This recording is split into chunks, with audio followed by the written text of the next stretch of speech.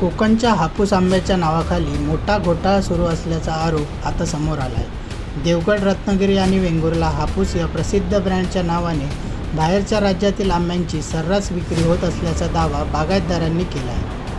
केरळ, कर्नाटक, तामिळनाडू आणि गुजरातमधून आलेला आंबा मुंबई-गोवा महामार्गालगत कोकणातील असल्याचं लेबल लावून विकला जात असल्याचं समोर आलं आहे। गेल्या 1.5 महिन्यापासून बागायतदार याबाबत इशारा देत होते, मात्र आता शेतकऱ्यांनीच हा प्रकार उघडल्याचा दावा केला जातो। ग्राहकांची फसवणूक आणि कोकणच्या हापूस आंब्याचा गैरवापर होत असल्याचा आरोप करण्यात येतोय। यावरून खासदार राजू शेट्टी यांनी सरकार आणि स्थानिक लोकप्रतिनिधींवर जोरदार टीका केली आहे। नाव जाऊ आणि यांना आम्ही पूर्णतः स्टॉल जे आहेत ते उद्ध्वस्त केले आहोत शेतकरी म्हणून। हा हे नाव देवगड हापूस म्हणून दिले आहे आणि पूर्णतः हे कर्नाटकची नदी आहे आणि त्याने पण मान्य केलं आहे की हा आंबा पूर्णतः कर्नाटकचा आहे आणि आणलाय कर्नाटकवरून। त्यामुळे जे कृषी अधिकारी किंवा इतर लोक सांगतात आमच्या देवगडला येऊन धाडे टाकतात अन्न भेसळवाले वगैरे, त्यापेक्षा तुमच्या जवळ आहेत 2-4 किलोमीटरवरती यांच्यावरती पहिली कारवाई करा। आणि प्रशासनाला पण सांगतो की हे पहिलं बघा आणि नंतर आंबा बघायचा न्याय देत नाही ते बघा। बोल. नमस्कार। आज ओसरगाव टोल नाका इथे जे आंब्याचे स्टॉल लागलेत, खरं तर हे स्टॉल सिंधुदुर्ग जिल्ह्याच्या पूर्ण हायवेवर खारेपाटणपर्यंत हे स्टॉल लागलेत आणि या स्टॉलवर देवगड हापूस म्हणून आपण बघू शकता। देवगड हापूसच्या बॉक्समध्ये हे कर्नाटकचे आंबे विकले जात आहेत। याचं उत्तम उदाहरण म्हणजे या बॉक्समध्ये कर्नाटकच्या न्यूजपेपरची रद्दी आहे आणि आम्ही या ठिकाणी विचारणा केली असता या ठिकाणी हे आंब्याचे बॉक्स आम्हाला या ठिकाणी भेटलेत। आपण पुढच्या व्हिडिओत बघू शकता की हे सगळे आंब्याचे स्टॉल आम्ही उद्ध्वस्त करण्याच्या मनस्थितीत होतो। एकतर देवगड तालुक्यातला सगळा शेतकरी आंबा बागायतदार हा उद्ध्वस्त झालेला आहे यावर्षी। सिंधुदुर्ग जिल्ह्यातला सगळा शेतकरी, रत्नागिरी जिल्ह्यातला सगळा शेतकरी या आंब्यांमुळे उद्ध्वस्त झाला आहे। आज जो मार्केटमध्ये रेट पडला आहे तो फक्त ह्या कर्नाटकच्या आंब्यामुळे रेट पडलेला आहे आणि हे रत्नागिरीची देवगड हापूस, रत्नागिरी हापूसच्या या बॉक्समध्ये ही रद्दी टाकून हे आंबे पर्यटकांची दिशाभूल करून विकत आहेत, त्याचा जाहीर निषेध करतो आणि हे स्टॉल उद्यापासून लागता कामा नयेत।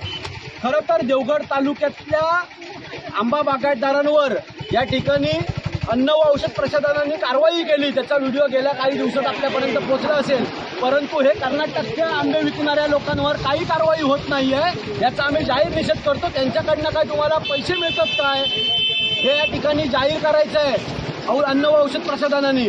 मी ठाण्याचे आयुक्त जे बसतात अन्न व औषध प्रशासनाचे, त्यांना या ठिकाणी आव्हान करतो की लवकरात लवकर या सिंधुदुर्ग जिल्ह्यात जे कर्नाटकचे आंबे विकले जातात त्यांच्यावर कारवाई नाही केलात तर तुम्हाला हे महागात पडेल।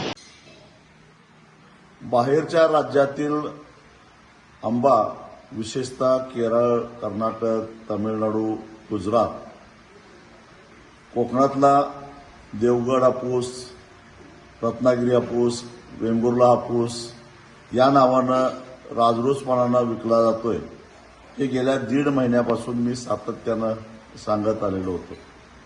अर्थात पुण्या मुंबईमध्ये हे विकलं जातंय असं मी सांगत होतो, परंतु आंबा बागायतदारांनी चौकसपणानं बघितल्यानंतर, माहिती घेतल्यानंतर त्यांच्या असं लक्षात आलं की हे लोण तर कोकणापर्यंत पोहोचलेलं आहे। मुंबई-गोवा राष्ट्रीय महामार्गाच्या बाजूला बाहेरचा आंबा कोकणातला म्हणून लेबल लावून राजरोसपणानं विकला जात होता आणि ते शेतकऱ्यांनी पकडलेलं आहे। म्हणजे एकाच वेळी ग्राहकांची फसवणूक आणि कोकणाच्या आणि विशेषतः देवगड, रत्नागिरी, वेंगुर्ला या ब्रँडच्या नावाचा गैरवापर हे राजरोसपणानं चालू आहे। मुळामध्ये ज्या पद्धतीनं कोकणातला आंबा विकला जातोय तेवढं उत्पादनच झालेलं नाही, तर हा आंबा येतोच कुठून? हा प्रश्न आम्ही वारंवार विचारत होतो। आज ते कार्यकर्त्यांनी सिद्ध करून दाखवलं आहे की ही बनवाबनवी आहे। एका बाजूला हे चित्र दिसत असताना दुसऱ्या बाजूला आमच्या कोकणातल्याच शेतकऱ्यांनी, काही महिलांनी बाजारामध्ये स्थानिक आंबा विकायला गेलेला असताना तुमच्याकडे आंबा विक्रीचा परवाना आहे का, तुम्ही त्याची योग्य पद्धतीनं आंबा पिकवला आहे का, अशा प्रकारच्या आक्षेप घेऊन अन्न आणि भेसळ प्रशासनाच्या अधिकाऱ्यांनी स्थानिकांना त्रास द्यायचा उद्योग केला.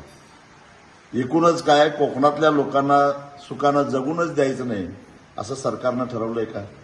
हे मुजोर अधिकारी असा त्रास देत असताना सरकार काय करतंय? स्थानिक लोकप्रतिनिधी काय करतायत? बाहेरचा आंबा राजरोसपणानं इथं विकले जात असताना माझ्यासारखा माणूस बाहेरचा कोकणाची बाजू मांडतो म्हणून मला नावं ठेवण्यापेक्षा हे तुमच्या बुडाखाली काय जळालंय ते बघा, त्याबद्दल आवाज उठवा, इथं मर्दमुखी दाखवा, एवढंच माझं कोकणातल्या स्थानिक लोकप्रतिनिधींना सांगणं.